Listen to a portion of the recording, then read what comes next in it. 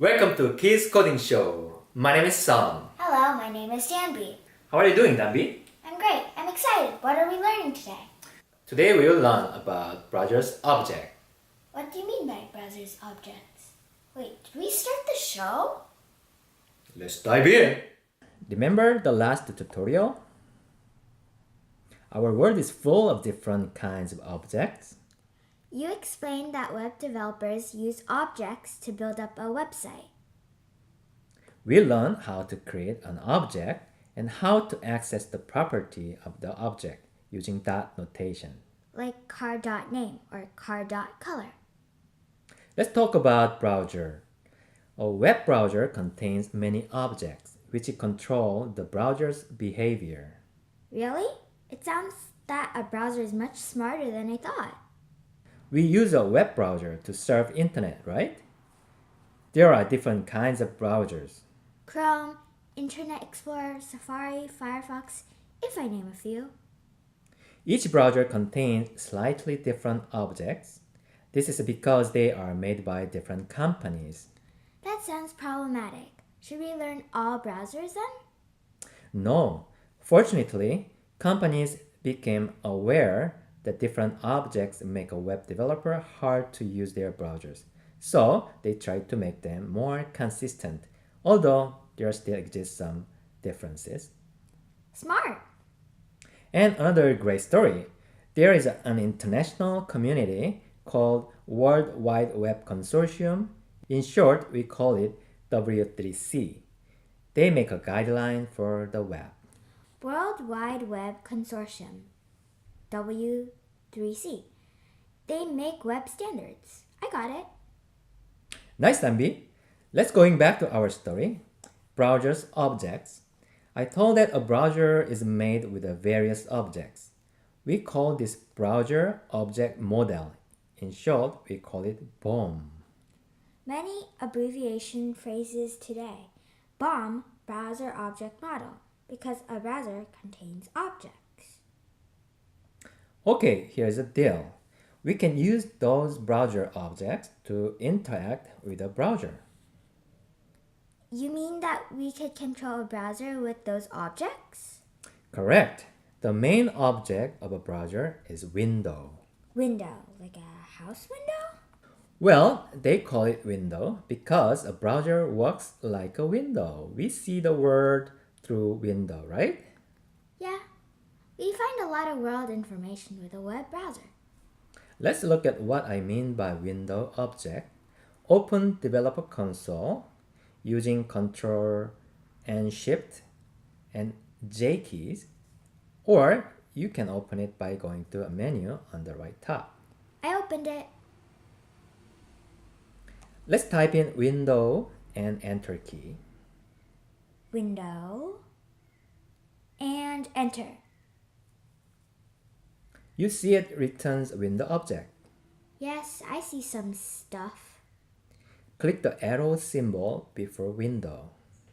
Click the arrow. Wow, it shows a bunch more stuff. Are they window object stuff? Yes, we just inspected the Chrome browser's window object. All the items shown under the window object are the property and value pairs to define browser's behavior. This is a long list. The browser window object contains such many properties. How do we learn all this stuff? No worry, we don't have to learn everything unless you want to be a wizard of browser. Wizard of Browser! That sounds cool. If you want to be an engineer to make a browser, you may need to know deeper. However, there are only a handful of objects that you need to know as a web developer. Now you want to introduce some of them, right? Bingo! We can find a few useful browser objects. Sounds interesting? I am ready. In the console, let's type window.screen. Window.screen and enter. We are inspecting window object's screen property because the screen property itself is another object. It contains its own properties. When I click the arrow, I see properties like height and width.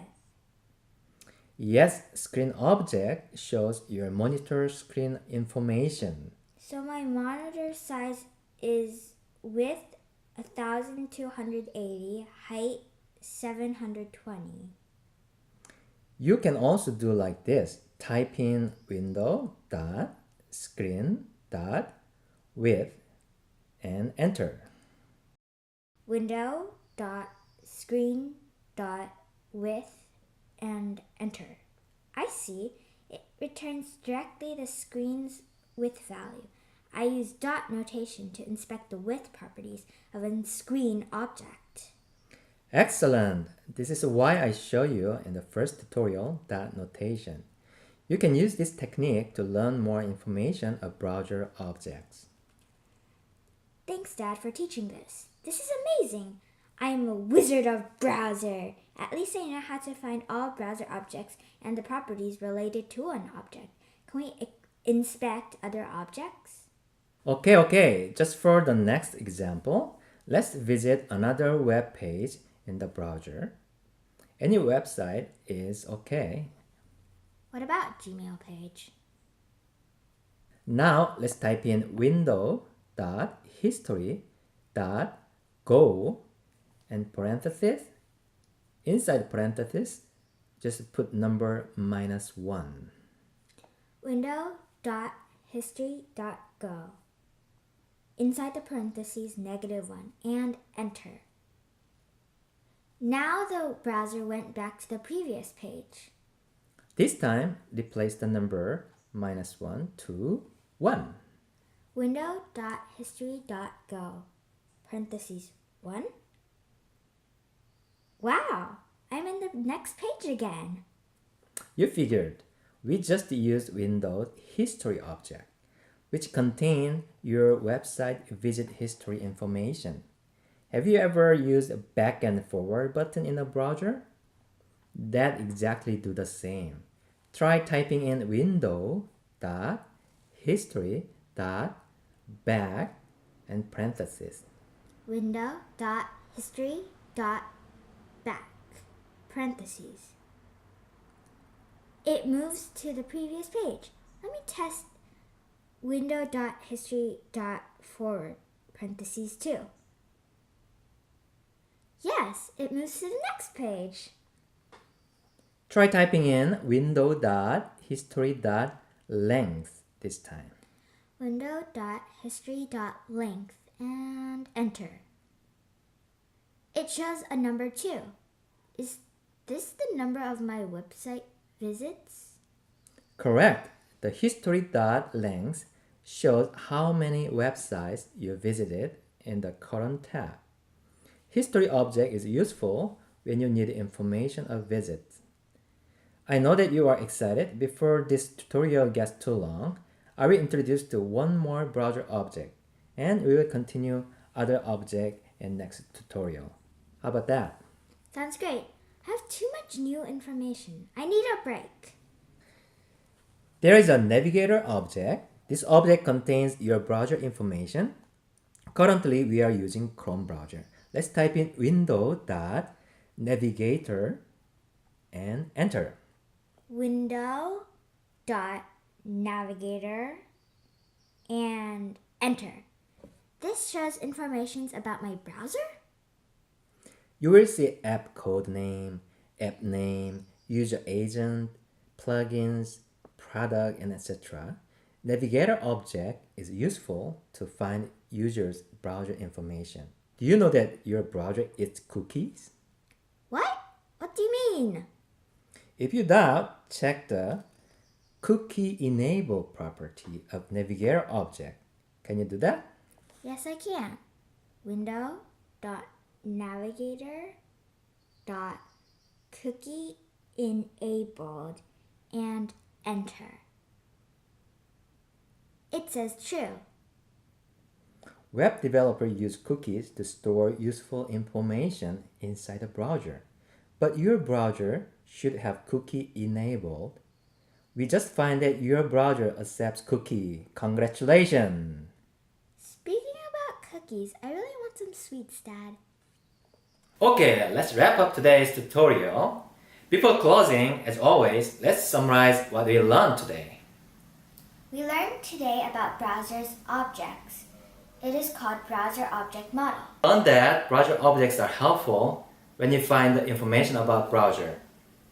Browser objects are also useful when you want to control a browser's behavior, like moving pages back and forth. The most important lesson today is We can access the properties of browser's objects using dot notation. good enough, Dambi. Thanks audience for watching today's show. Don't forget to subscribe. I need the cookies, Dambi. Bye!